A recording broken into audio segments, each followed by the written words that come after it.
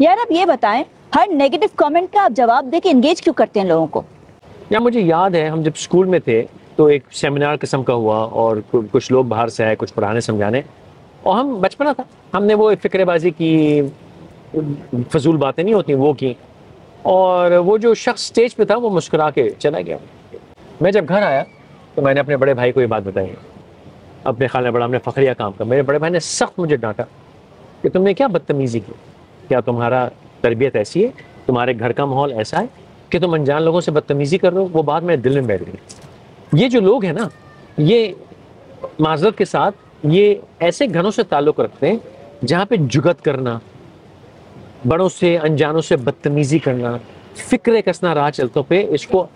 کوئی ٹھٹھے کی بات یا مزے کی بات سمجھا جاتا ہے۔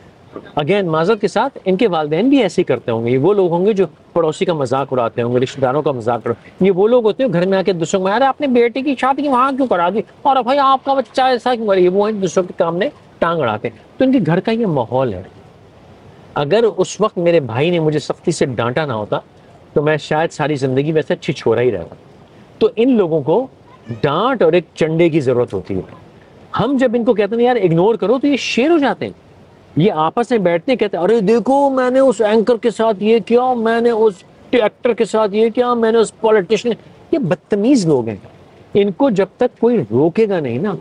ان کو ان کے لیول پہ آ کے ان کی قسم کا گھٹیا جواب آپ نہیں دیں گے نا، ان کو بتائیں گے نہیں کہ اگر یہ بدتمیزی کریں گے تو ان کے ساتھ ڈبل بدتمیزی ہو سکتی ہے، اگر یہ آپ کی بےزتی کریں گے آپ ڈبل بےزتی ان کے ساتھ کر سکتے ہیں، تو یہ رکیں گے نہیں۔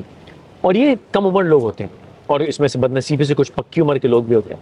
یہ سمجھتے ہیں کہ یہ صحیح طریقہ ہے، یہ صحیح طریقہ نہیں ہے، یہ گھٹیا طریقہ ہے، اور معذرت کے ساتھ یہ گھٹیا لوگ ہوتے ہیں۔ ان کے ساتھ گھٹیا لیول کے اوپر آ کے ان کو گھٹیا جواب دینے پڑتے ہیں تاکہ ان کو پتہ چلے کہ گھٹیا پن کا نتیجہ گھٹیا پن ہوتا ہے۔ ان لوگوں کو معاشرے میں چپ کرانا ضروری ہے، نکال آپ ان کو نہیں سکتے لیکن ان کا منہ بند کر سکتے ہیں، اور اس کا طریقہ کار یہ ہے کہ بھلے لوگ،